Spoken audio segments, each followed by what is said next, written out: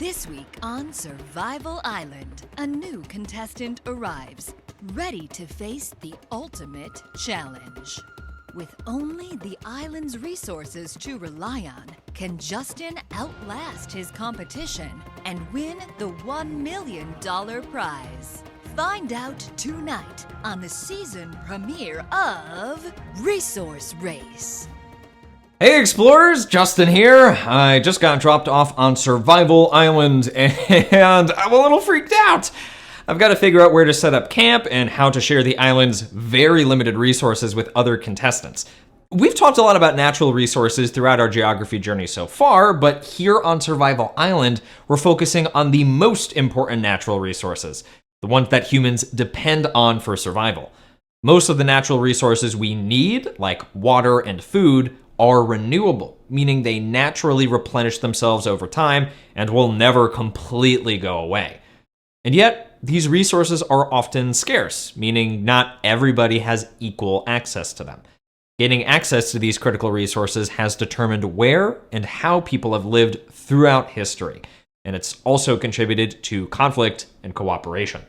Learning how this competition for natural resources has shaped our world just might help me develop some strategies to survive on this island and cooperate with other contestants so we can all win that $1 million prize.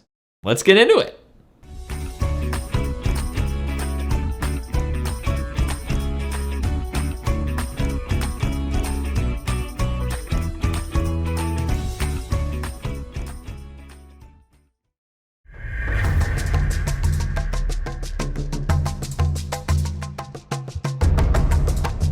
The first thing I need to decide is where I'm going to set up camp.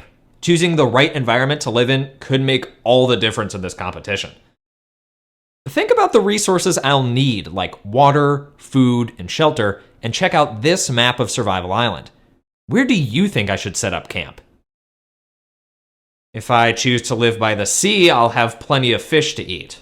The forest will give me lots of wood to burn for warmth and to build a home with. And the river will supply plenty of drinking water. Ugh, so many options. Ooh, I know. Let's check out a map of some of the world's earliest civilizations to see where they set up camp. Do you notice a pattern? Most ancient cities, like those in Egypt and Mesopotamia, were built along freshwater sources like the Nile and the Tigris rivers. Why do you think that is? Well, of all the natural resources we depend on, freshwater is perhaps the most crucial resource. Not only do we depend on it for survival, but it also supports farming, making it responsible for the growth of human civilization. Farming provided a steady food supply, leading to larger populations and bigger cities. But eventually, there just wasn't enough space for everyone to live in close proximity to freshwater sources. As cities grew, more people needed more food, water, and materials for building. Critical natural resources became increasingly scarce. There wasn't enough to meet everyone's needs. Here on Survival Island, more contestants joined the competition each day. It seems really counterintuitive for a reality game show, but what strategies or innovations could we develop to adjust to the increased strain on the island's resources? We can look back at history to get some ideas. To adjust to increased resource scarcity, people began developing innovations to better use the resources they had. Advanced water diversion systems like aqueducts were developed to move water from rivers to faraway settlements, allowing civilizations to spread out into areas that were less resource rich. At the same time, tools were developed that made farming more efficient, like irrigation systems. More efficient farming meant more food was available. But more food supported even larger populations, which led to even more resource scarcity. Infrastructure projects have helped bring these resources from regions that have them to regions that need them.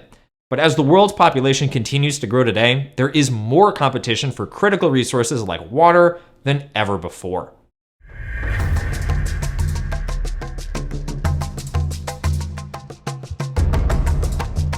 So I decided to set up camp along the river, but a lot of other contestants have made the same choice. So I decided to move downstream where it isn't so crowded.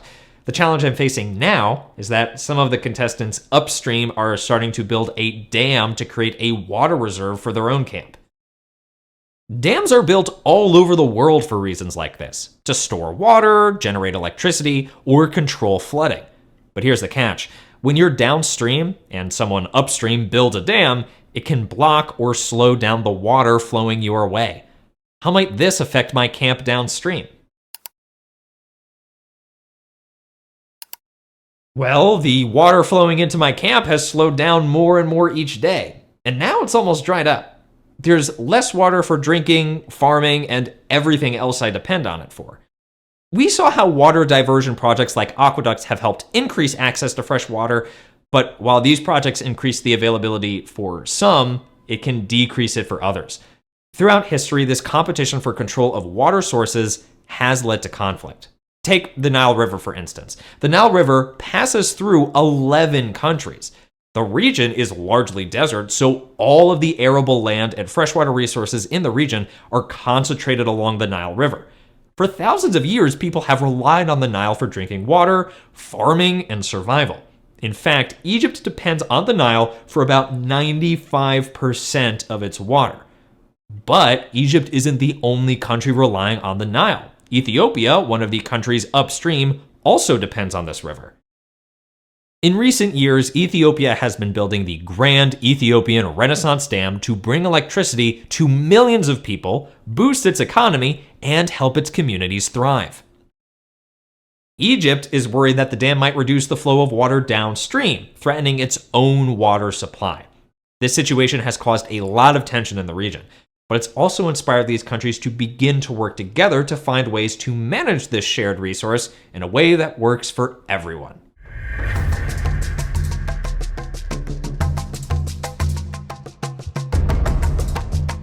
Just like the countries competing for access to the Nile, the contestants on Survival Island are competing for control of our river.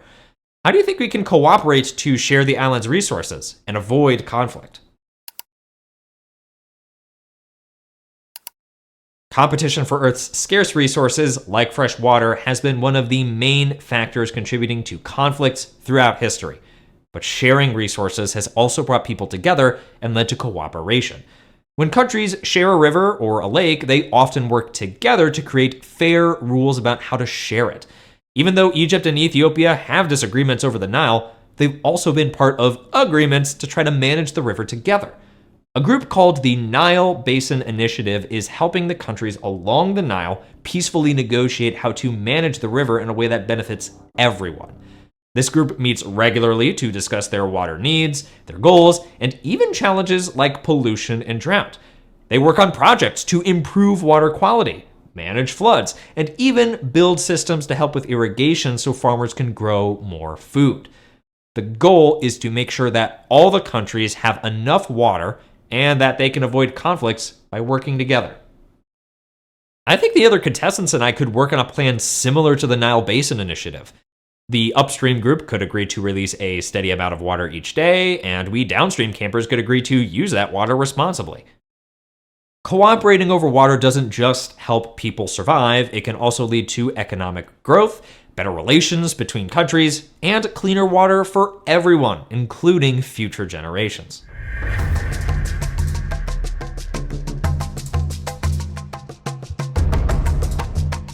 When we understand how people interact with natural resources, especially essential ones like water, we get a clearer picture of how societies develop, where they're likely to face challenges, and how they might work together to solve them. By cooperating with the other contestants on Survival Island, I've managed to avoid conflict, access all of the resources I need, and, through cooperation, all of the contestants are on track to win that $1 million prize. In our next lesson, we're diving into a different kind of resource, one that isn't essential for survival, but that has transformed our modern world. Until then, keep exploring. I'll see you next time.